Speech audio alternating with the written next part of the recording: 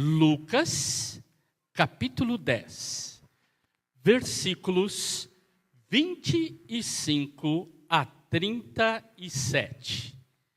Lucas 10, 25 a 37, diz assim o texto sagrado. E eis que certo homem, intérprete da lei, se levantou com o objetivo de pôr Jesus à prova e lhe perguntou: Mestre, que farei para herdar a vida eterna? Então Jesus lhe respondeu: O que está escrito na lei? Como você a entende? A isto ele respondeu: Ame o Senhor seu Deus de todo o teu coração, de toda a tua alma, com todas as tuas forças e todo o seu entendimento. E ame o seu próximo como a si mesmo. Então Jesus lhe disse: Você respondeu corretamente. Faça isto e você viverá. Mas ele, para justificar-se, perguntou a Jesus: Quem é o meu próximo? Jesus prosseguiu dizendo: Um homem descia de Jerusalém para Jericó e caiu nas mãos de alguns ladrões. Estes, depois de tirar a roupa, lhe causar muitos ferimentos, retiraram-se, deixando-o semi-morto. Por casualidade, um sacerdote estava descendo por aquele mesmo caminho e, vendo aquele homem, passou de largo. De igual modo, um levita descia por aquele lugar e, vendo-o, passou de largo. Certo samaritano que seguia o seu caminho passou perto do homem e, vendo-o, compadeceu-se dele. E, aproximando-se, fez curativos nos ferimentos dele, aplicando-lhe óleo e vinho. Depois, colocou aquele homem sobre o seu próprio animal, levou-o para uma hospedaria e tratou dele. No dia seguinte, separou 2 denários e os entregou ao hospedeiro, dizendo: Cuide deste homem. E se você gastar algo a mais, farei o reembolso quando eu voltar. Então Jesus lhe perguntou: Qual destes 3 lhe parece ter sido o próximo do homem que caiu nas mãos dos ladrões? O intérprete da lei respondeu: O que usou de misericórdia para com ele. Então Jesus lhe disse: Vá e faça o mesmo. Oremos. Fala conosco, Senhor, pela tua palavra. Uma parábola tão conhecida. Pedimos tua graça, pedimos tua bênção. E que os desafios vindos dela nos alimente para vivermos a tua palavra no mundo. Oramos crendo, oramos em nome de Jesus. Por mais olhos que enxerguem, ouvidos que ouçam, braços que abracem e corações que acolham. Esse é o título que eu coloquei no sermão. Nós vivemos um tempo de avanço na medicina oftalmológica. Diagnosticar e tratar de doenças dos olhos ou relacionadas aos olhos tem sido algo muito avançado. Ainda que nem todas as enfermidades tenha sido possível sarar e curar, muito do que vivemos hoje é um grande avanço. Porém, eu quero chamar a atenção para um outro distúrbio oftalmológico. Um distúrbio causado por um fenômeno sociológico chamado de invisibilidade social. Não conseguir enxergar o outro. Essa arte de conseguir enxergar de verdade o outro, como o outro, quem sabe esteja em baixa na sociedade em que vivemos. Quantas vezes numa cidade como a nossa, uma metrópole, a gente encontra pela rua, nos semáforos, nos viadutos, em tantos lugares, pessoas pedindo ajuda, pessoas em situação de rua, pessoas desempregadas, jovens perdidos, pessoas dependentes do uso de álcool, de outras drogas. Quantas vezes nós passamos por elas e nos acostumamos tanto que elas passam a fazer parte daquele local, né? Passam a fazer parte da paisagem. Isso daí os sociólogos chamam de invisibilidade social. O ato de termos nos acostumados com isso.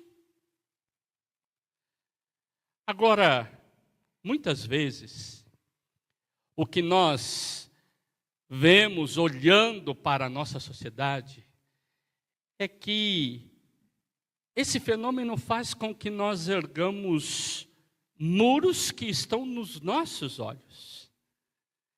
É meio que uma ação psicológica para nos proteger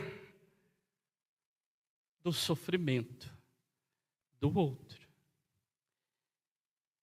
Mas às vezes não damos conta. E aí acabamos por erguer muros de alvenaria mesmo, se é que me entendem. Queremos esconder atrás do muro aquilo que não nos agrada muito. A invisibilidade social não é a ausência de gente. Não significa que não tenha gente ali e nós não enxergamos. É a ausência de olhar. É falta de possibilidade, de competência, de habilidade de conseguir olhar para as pessoas. Talvez você diga assim, mas o meu ministério não é esse, trabalho social.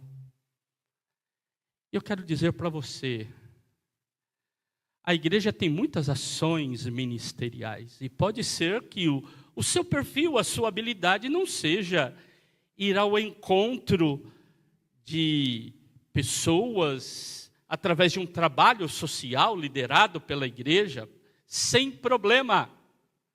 Isso não tem problema. Mas eu quero dizer para você que o texto é mais profundo do que isso.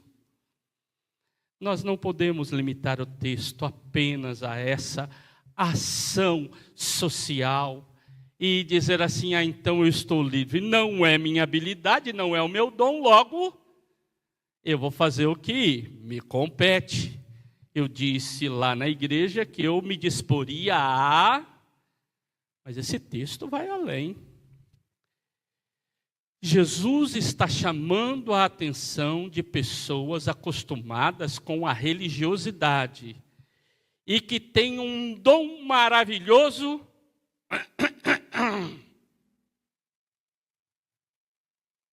de dar desculpas. Não é assim que às vezes nós fazemos.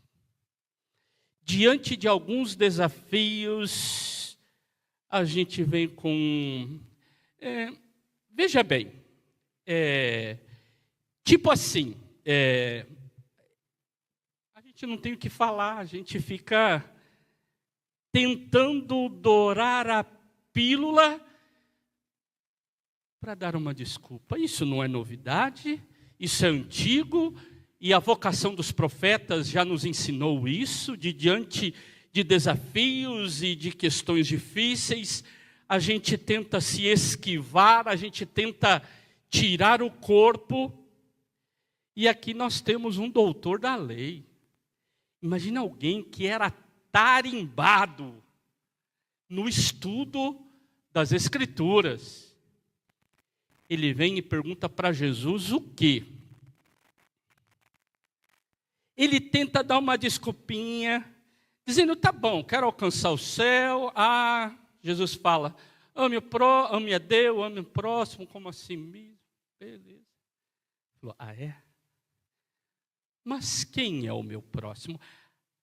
A motivação da história é essa pergunta. Quem é o meu próximo? Jesus vai então contar esta parábola. Jesus vai dizer, olha, tinha um homem que estava caminhando de boa, quando de repente, no meio do caminho, ele foi assaltado, sofreu violências. Jesus não dá muitos detalhes do que levou aquele homem a estar à beira do caminho. Simplesmente disse, havia um homem na beira do caminho. Ele sofreu a violência causada por outros. Ponto. E disse, desceram 2 religiosos, passaram por ele. Mas um que não era considerado religioso, foi o único que o enxergou como pessoa, como alguém, como gente, como necessitado. Quem é o meu próximo? É fácil, às vezes, tentar explicar e se esquivar diante de desafios da vida cristã. Mas quando olhamos para esse texto, nós vemos que tem jeitos diferentes de olharmos para as pessoas. Olhares ligados, muitas vezes, aos nossos interesses. E aqui, eu quero então compartilhar com vocês 3 olhares diferentes para com aquele que estava caído na beira do caminho. 3 jeitos diferentes de olhar para quem está em sofrimento. Estamos tão envolvidos no nosso cotidiano, no nosso corre-corre, que não temos tempo de enxergar, de olhar. Por isso eu intitulei, de olhar, de ouvir, de abraçar, de acolher. Estou com pressa. Lembram da Alice no País das Maravilhas? Tinha um coelho nessa história. Ele falava alguma coisa? Quem se lembra? Mais alto.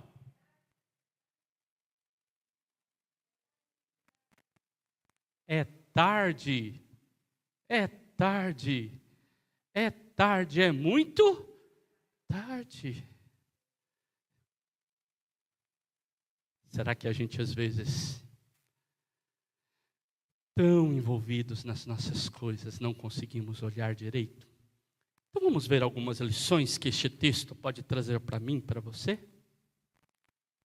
Um primeiro ponto de vista, partindo do pressuposto que aquele homem estava no caminho, porque houve um primeiro olhar, que foi o olhar dos ladrões. O olhar dos ladrões foi: o que é teu é meu. Me interessa o que você tem. Eu quero ter o que você tem. Eu quero para mim o que você tem. É o desejo de ter o que é do outro.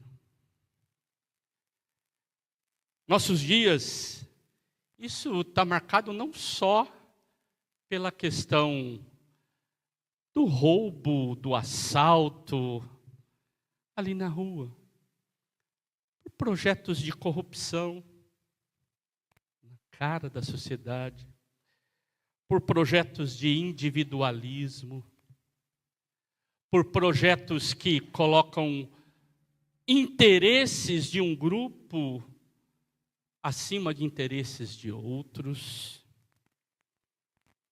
É uma violência que pode desestruturar a pessoa de forma econômica, emocional. O tema bullying já esteve mais em alta essas discussões, mas ele continua. Quanto sofrimento é possível fazer?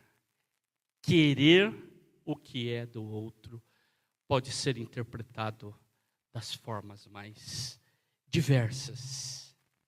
Numa sociedade marcada pela cultura do descarte, do racismo, da desigualdade social.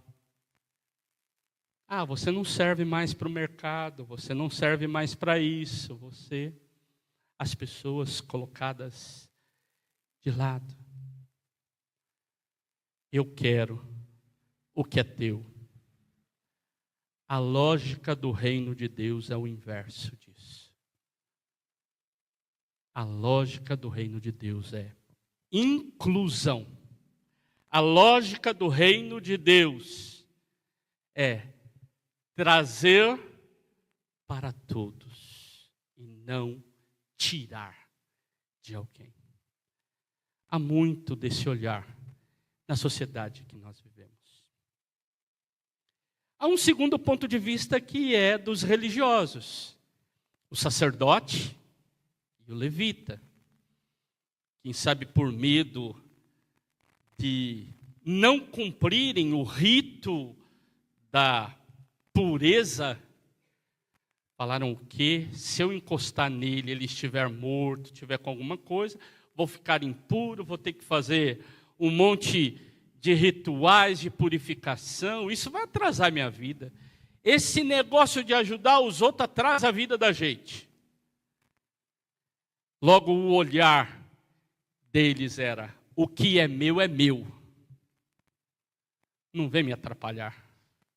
O que é meu é meu. Quantas vezes nós não temos tempo para ouvir o outro? Se o outro começar a falar da sua dor, a gente já liga um zumbidinho,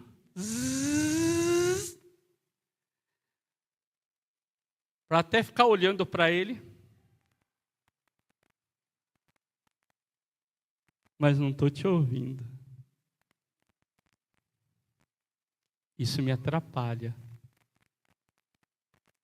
Não somos capazes de ouvir. Há uma forma de se comunicar que nós chamamos de escuta ativa. É você escutar de verdade. Escutar e poder interagir com aquilo que você está ouvindo. Mas às vezes temos essa dificuldade. E como religiosos, nós às vezes nos escondemos atrás da religião. Mais ou menos assim.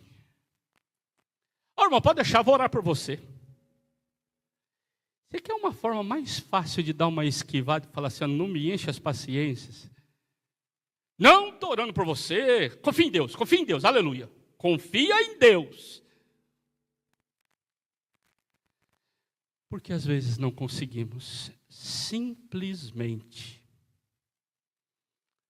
ir ao encontro de quem está precisando de falar, de expor, de ajuda. E isso não estamos falando de alguém que está lá longe, pessoas, quem sabe, muito perto de nós. Mas sabe quem que é o herói? Eu gostei da palavra utilizada no primeiro cântico, quando foi citado o livro, que se esqueceu o nome, o título do livro. Mulheres improváveis. Eu quero falar de um herói improvável. O samaritano. Como é que Jesus, um líder judeu, me fala que o herói dessa história é um samaritano? E ele então vai dizer assim, o samaritano tinha um olhar, um ponto de vista diferente, que era, o que é meu é teu. Ser capaz de ir ao encontro, usar seus recursos, usar suas habilidades para poder ajudar o outro. Quando olhamos para essa história, vemos que Jesus está falando de atitude, não é isso? Semana para Jesus é mais do que simplesmente ficar cantando, é uma ação verdadeira. Mais do que saber versículo de cor. Ame o seu próximo como a si mesmo. É verdadeiramente amar ao próximo como a si mesmo. Não é discurso. Isso só é possível se a graça e a bênção de Deus estiver conosco e fizer o seu milagre nos nossos olhos. Por isso dizer, Senhor, eu quero ser curado dessa leitura equivocada ao olhar para as pessoas. A leitura de querer levar vantagem, a leitura de não se importar, porque eu quero de verdade. É ser alguém que faça a diferença para alguém que precise de mim. A resposta de Jesus foi em pergunta. Você quer saber quem é o teu próximo? Ele contou uma história e falou, quem te parece ter sido próximo daquele que caiu na mão dos ladrões? Ele respondeu, aquele que usou de misericórdia. Aquele que foi capaz de ir ao encontro da necessidade, da miséria do outro. Não sei quem são as pessoas que você pode ser um instrumento de bênção na vida dela. Não sei quem são as pessoas que Deus quer te usar para ser bênção na vida dela. Pode ser que ela esteja tão perto geograficamente, tão perto de você, e você não tenha reconhecido como a pessoa que precisa. Mas pode ser que seja um estranho que você ainda nem conhece. Quem você vai tornar o seu próximo para abençoá-lo em nome de Jesus? O meu chamado, o seu chamado é para viver a dimensão do amor de Deus. Sabe o que pode permitir que isso aconteça? É o amor de Deus perpassando por nossas vidas. Vamos cantar juntos, orando, hino 394. Você quer ser uma pessoa bonita? Quais os adornos que a gente costuma usar para ficar bonitão? A música diz assim, sabe qual que é o melhor adorno para te deixar bonitão e bonitona? É o amor. Vamos declarar isso, nos colocando de pé e dizendo, eu creio nisso. É esse amor que vai me ajudar a fazer diferença na vida das pessoas.